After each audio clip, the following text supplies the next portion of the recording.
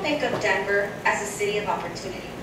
Sun Valley is part of Denver too, but we haven't always had those opportunities here. I want to start a community garden in Sun Valley, so our children are exposed to more than just concrete and industrial buildings. I want more playgrounds for children, maybe a community theater near the school. I love thinking about the way Sun Valley could be. Sometimes I feel like nobody's listening. You can make all these plans, but the big boys with the dollars will be the ones who decide what Sun Valley will become. That's the reality of life.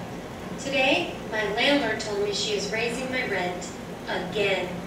Last year, she raised it so high, I had to work overtime just to make up the difference. I bet that new light rail the city is building right through this community has something to do with it. If that's not it, then it's those new 18-story condos they're building. New developments are pushing on Sun Valley from all directions, and I don't know how much longer my family can stand it. I don't know what's going to happen. What I do fear is, okay everyone, we're going to move you here and here and here. My dream is the community would stay strong for whatever we're up against, but we don't know what we're up against. A developer stopped by to talk to me again today. I told him once again I'm not selling my home here in Sun Valley. Trying to convince me to sell, he said that only 3% of Sun Valley residents own their own home in this community. Even though I keep saying no, I have that gut feeling that one day soon I might be forced out. I grew up in Sun Valley, and I want my children to grow up here too. Our children are brilliant and can show their intelligence if given the opportunity. Don't ask the developers what they need. Ask residents what they want, and they'd say jobs, a community center, safe streets, a stronger school, more adult education programs, a grocery store, more positive role models, more youth programs and gardens and green space. They'd say, build on our strengths, our sense of family, our resourcefulness. We are a district school that serves early childhood education through 5th grade. We partner with the Sun Valley community in Denver, Colorado to strengthen the voices of our students. I am Dave Trout. Vanessa Cuarenta, Nicole Grandinetti, Blake Cameron, Stephanie Hubley, Lucia Rocha Nestler, and we are One Elementary. At One, we have a diverse student body. 40% of our students are Latino, 38% are African American, 10% are Asian, and 5% are white. Of these students, 33% are learning English as a second language, and 21% qualify for special education. All of our students receive free or reduced price lunch. Given the context of our school site, our vision at One Elementary is that our students use their authentic voices to actively construct their roles in society. But what is voice? At One, we define voice as self-awareness and communication and expression, all set within the context of community. let me introduce you to one of our bright scholars at One Elementary. He lives with his mother, 2 sisters, and his grandmother 3 blocks from the school. Enrique started at One at age 4, and he continues to learn and grow with us as a 1st grader. To see how Enrique develops his authentic voice, we invite you to follow along as he builds skills to actively construct his role in society. Enrique and his peers begin their day with voice time. At One, we value self-awareness. Students begin the day by checking in on the Ruler Mood Meter. This is a tool that helps students recognize, understand, label, express, and respond to their emotions. Students bring this self-awareness with them to a student-led community meeting where they can share what's on their minds and center themselves for the day. One reason that students feel safe at One Elementary is because of the school's looping model. Through this model, students learn and grow with the same classroom teacher for 2 consecutive years. This enables teachers to develop a deep understanding of each student's needs. After voice time, Miss Robinson pulls out Enrique's favorite book for read aloud, Mi Abuela. Enrique makes connections to the text because it reminds him of his own grandmother. As the story comes to an end, Enrique smiles when he sees Ms. Martinez and Mr. Kim enter into the classroom for daily reading groups. He knows that today, in small group, he will participate in a skit detailing the life of the famous actress Hattie McDaniel. At One, we provide a strong foundation in literacy, knowing that students' proficiency in reading will support learning in all other content areas. During small group time, the classroom teacher is supported by an English language development teacher and a special education teacher. This lowers the teacher to student ratio from 21:1 to 7:1. During this time, teachers infuse expressive modalities into their lessons, such as performance, rhetoric, visual arts, and movement. After reading, Ms. Robinson transitions Enrique and his class to math, where they create visual representations of numbers using place values blocks, and to social studies, where they study the contributions made by Corky Gonzalez, a very vocal Denver activist. Enrique loves having the opportunity to express himself in a variety of ways in each of his classes. To support the growth of our students' individual voices, our students have the opportunity to engage in rhetorical, visual, performance, and movement arts throughout the entire day. At One, they do this while gaining a deep understanding of topics across multiple content areas.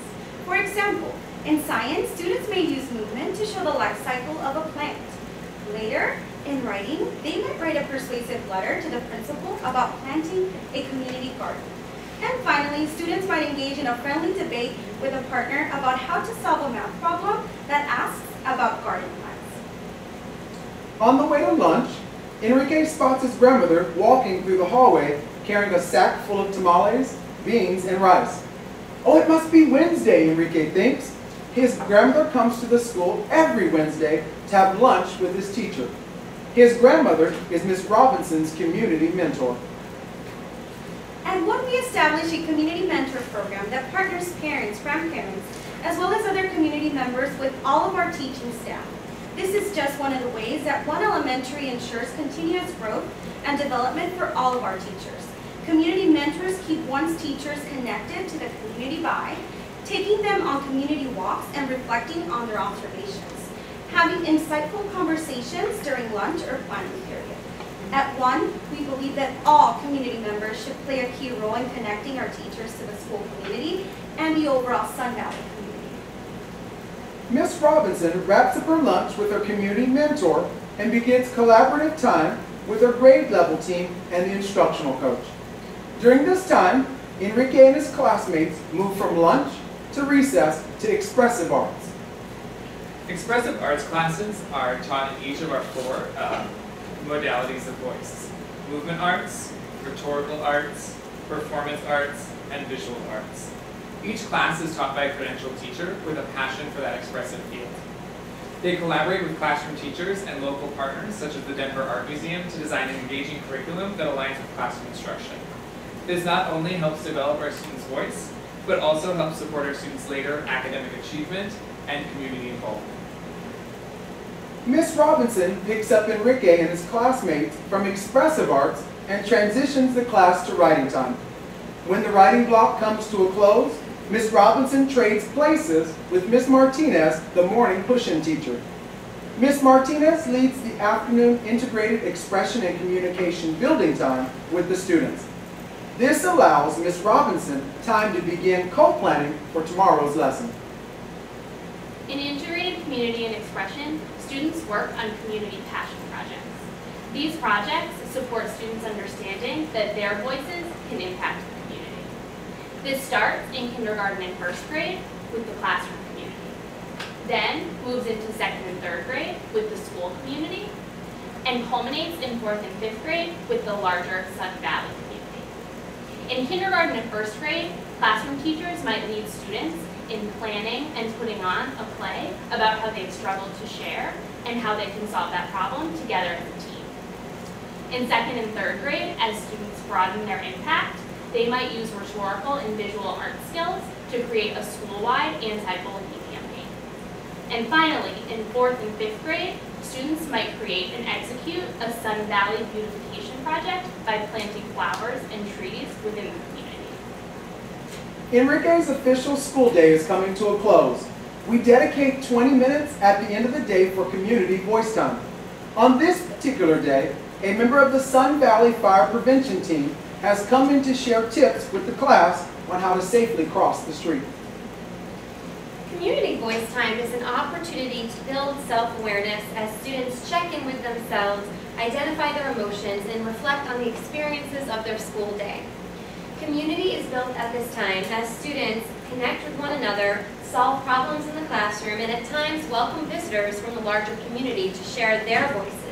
At One Elementary, we begin and end the day with voice development because it is our key priority.